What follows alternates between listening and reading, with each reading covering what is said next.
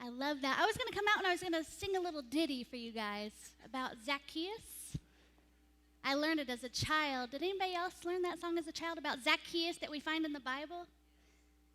Well, if you don't know it, I'm just going to share the first couple lines with you, and I will not scare you with my voice, trust me. My husband's like, please, please don't sing, Jeannie. And my dad's like, go for it, Jeannie. Go for it. That's how dads are, right? Encouraging like that. You can do it. It goes a little something like, Zacchaeus was a wee little man. A wee little man was he. Now, I don't know if you guys have noticed this or not, but I can identify with Zacchaeus' wee littleness. I can identify with that. When I was growing up, there was even a song out about short people. I don't know if any of you guys heard that song. So I'm growing up and I'm short, right? Because when I was born, I was short, of course.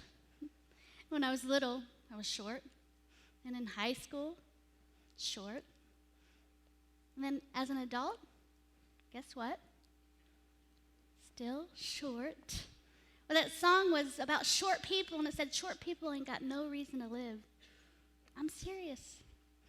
Those were the lyrics. Short people ain't got no reason to live because they got little hands and little feet, driving around in little cars, going beep, beep, beep. Boy, that was encouraging, don't you think, for me growing up, hearing that song about short people? Well, Zacchaeus was short as well. The Bible tells us in the New Testament there's a passage about Zacchaeus. He was short, and that would have made him different than anyone else in his community. He would have been under 5 feet tall, short in stature. But the Bible also tells us that there was something else that he had going against him, and that was his profession. You see, Zacchaeus, he was a chief tax collector.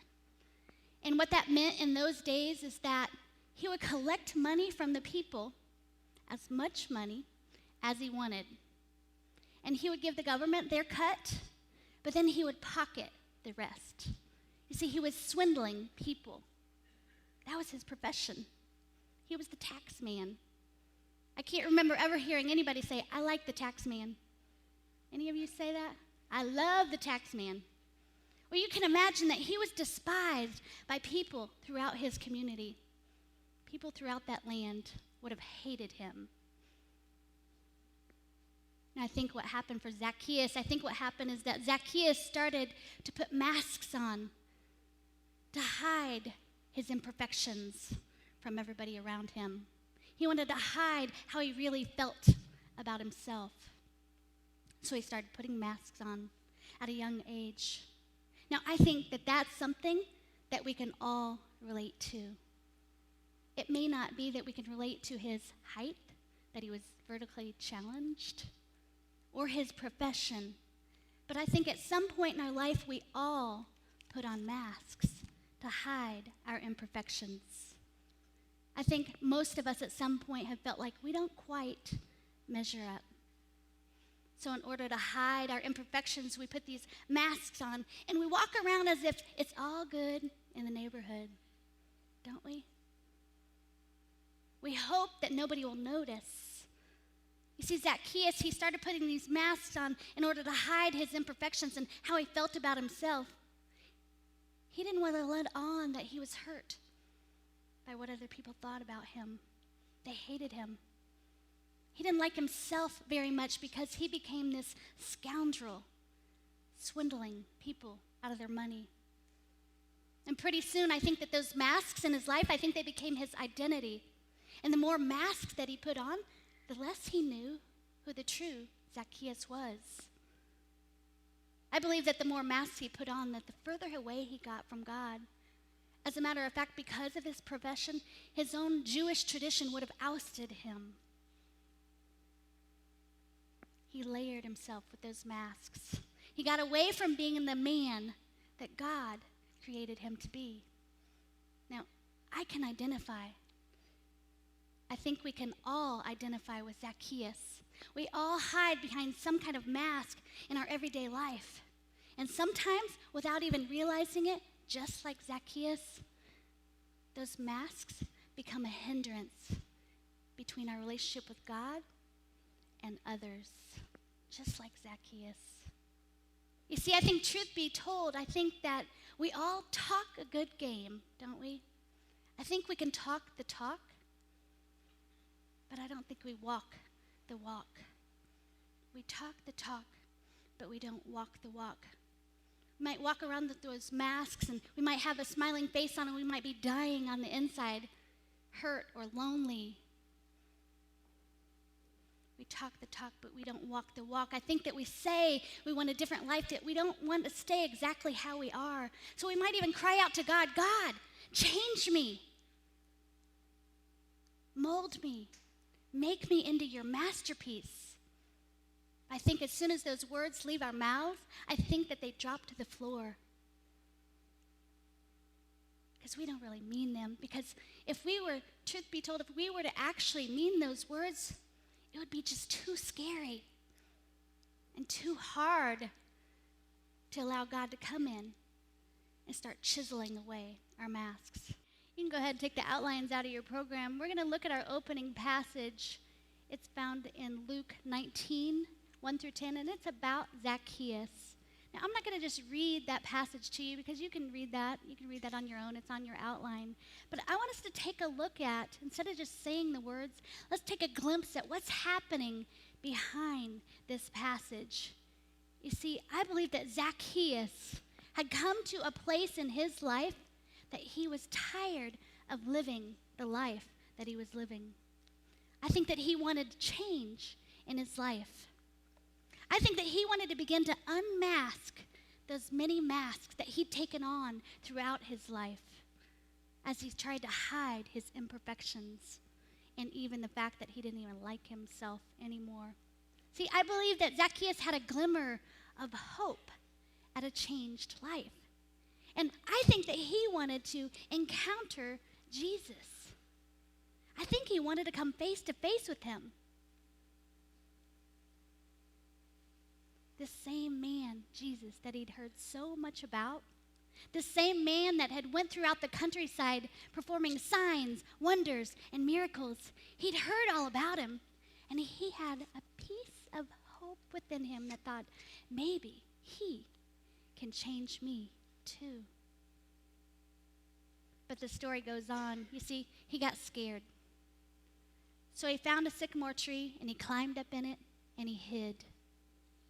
He continued hiding behind his masks. He thought he was well hidden in that tree with its low-lying branches and its thick foliage. He continued to hide. But as the story continues, we see Jesus pass through on the road to Jerusalem. And when he learned that Jesus was passing through Jericho, and he was passing through, guess what Jesus did? He spotted Zacchaeus. And even though he had probably never met him before, he called out his name. Now, wait a minute. Remember, Zacchaeus is hiding behind his masks. He's hiding in this tree. He's hiding behind this thick foliage. And Jesus spots him. He sees him, and he knows him. Can you even imagine that heart-piercing reaction that Zacchaeus must have felt in that moment? He sees me, and he knows me. He really knows me. I think Zacchaeus must have thought, I can hide behind as many masks as I want to.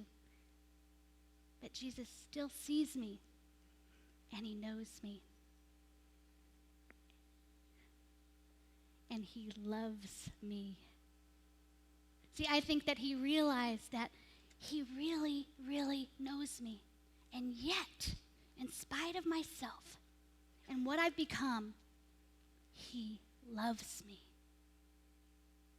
And he loves you as well. Jesus knows you, and yet he still loves you, and he will always love you. Luke 19:5 says, when Jesus came by, he looked up at Zacchaeus and he said, Zacchaeus! And he calls you by name also. He knows you. And yet, in spite of ourselves, in spite of walking around hiding behind our masks, all of our imperfections, walking around faking bacon, he knows us and he still loves us. He will always love us. Now, I don't know about you guys, but that is heart-piercing to think that he knows my name, that he knows the imperfect me. As I try to hide behind my mask, the people-pleasing perfectionist that I am, he knows me. And yet he still loves me, the imperfect me, with all of my marks and imperfections. And he knows you, and yet he still loves you. I believe that he demonstrated this great love for us as he went and died on the cross for us, for our sins, in order to set us free. And get this, there's no way that he can love us any more than he does right now. And there's also no way that he can love us any less than he does right now.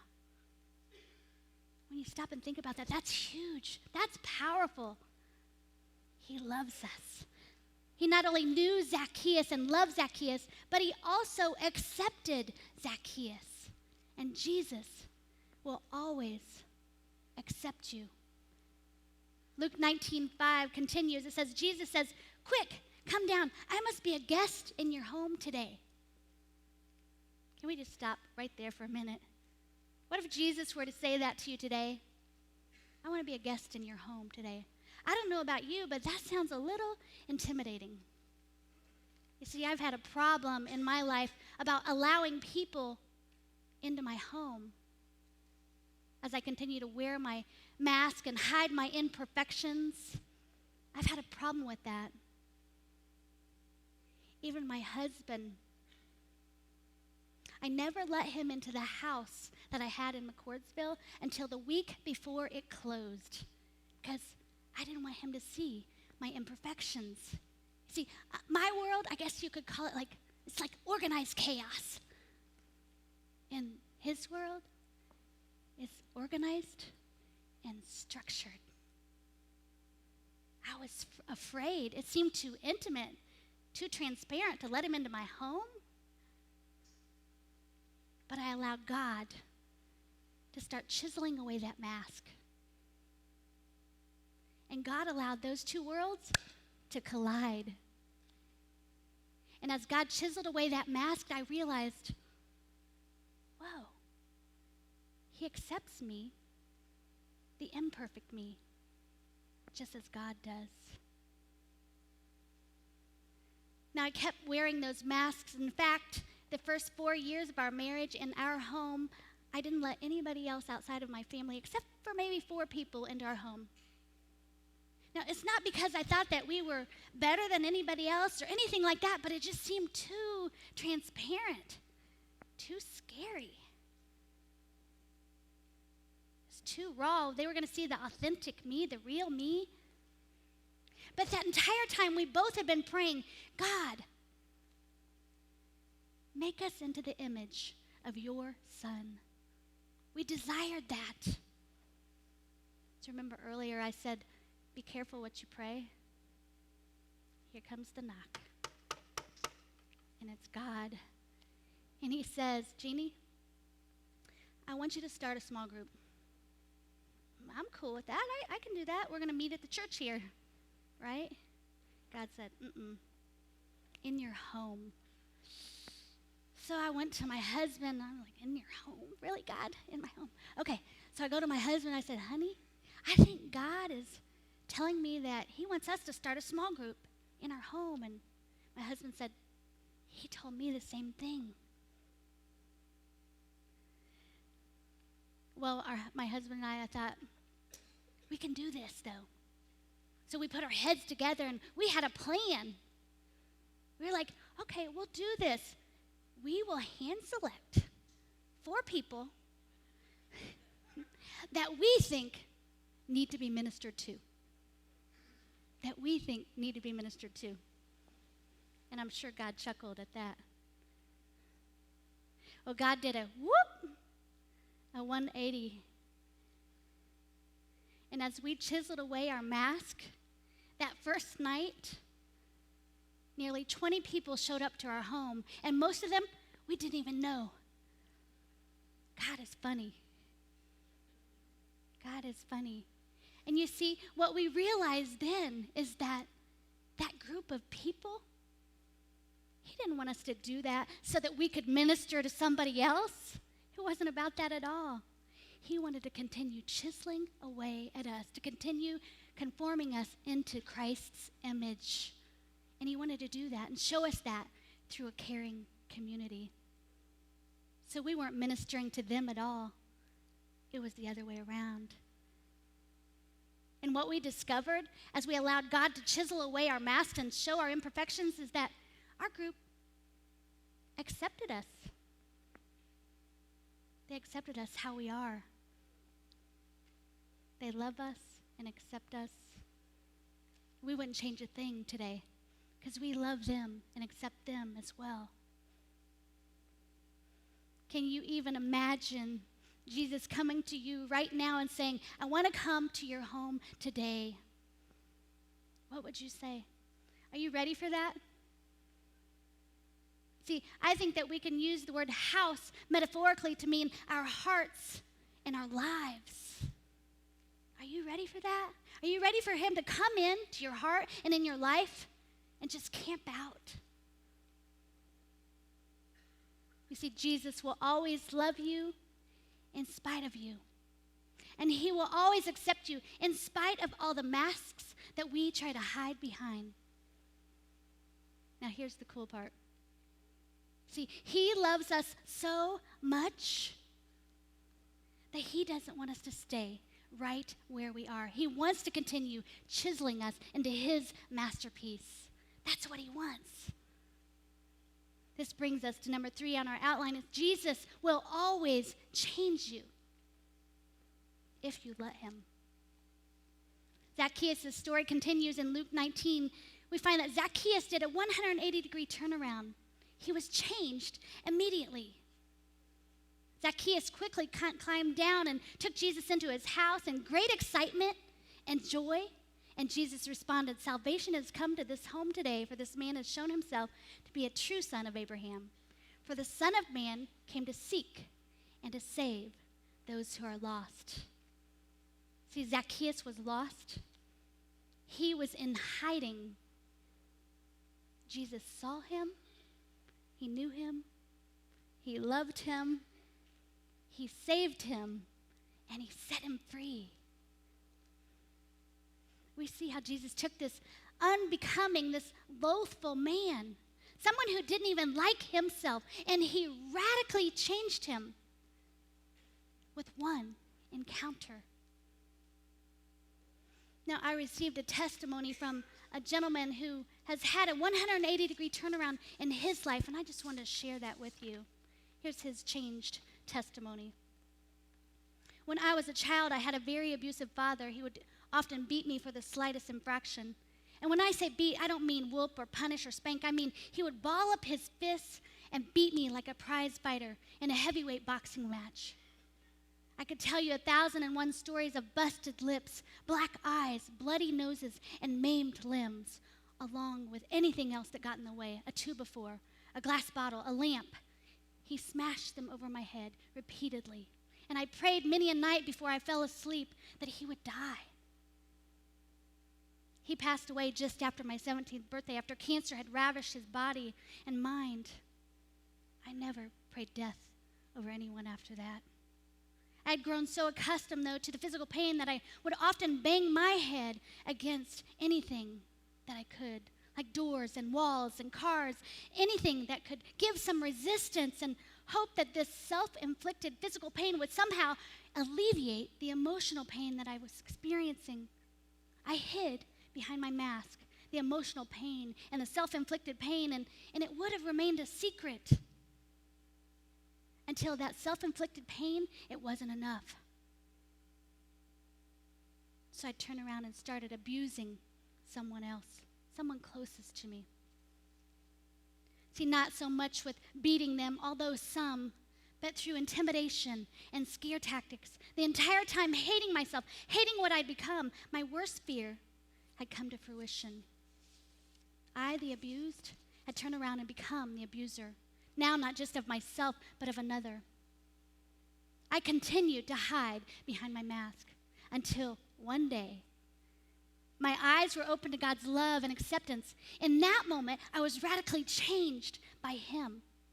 I stopped abusing myself that day, and I also stopped abusing others that day. This moment of radical change began as a whisper. I heard God whisper to me, I still love you. I still accept you.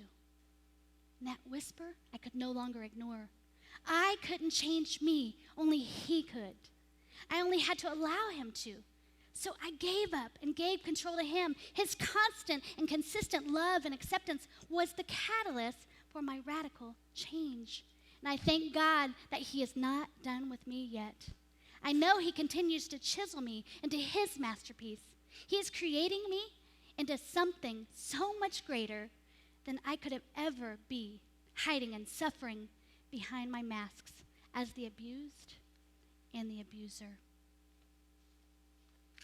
Whether we realize it or not, I think that the reason that we're not willing to allow God to change us, to allow Him to chisel away the masks that we've built up throughout our lives, is because we want to keep control in our life.